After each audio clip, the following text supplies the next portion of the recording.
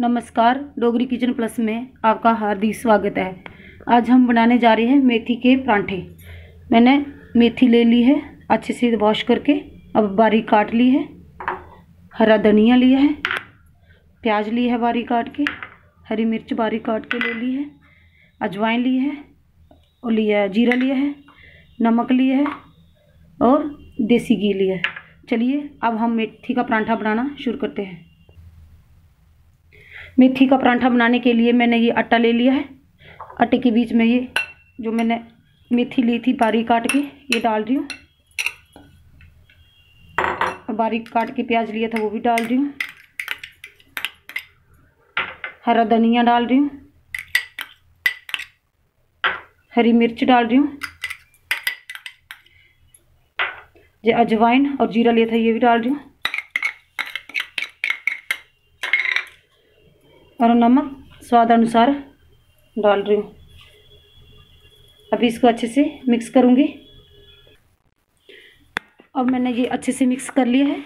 अब मैं इसका डो तैयार कर लेती हूँ। मैंने पानी डाल दिया है, ये देखो मैं अभी डो तैयार कर रही हूँ।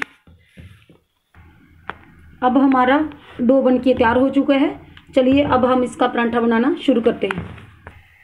हम अपने इंडक्शन को ऑन कर देते हैं और उसके ऊपर तवा रख देते हैं गर्म होने के लिए। तब तक हम परांठा बेल लेते हैं। ये देखो मैंने ये ले लिया है, इसको गोल करूँगी, अच्छे से लोई बना लेती हूँ।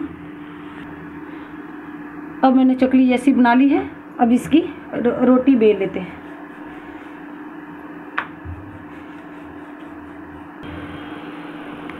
अब हमने रोटी बेल चुकी है, देखो कैसी गोल सी रोटी बनी है, ये देखो।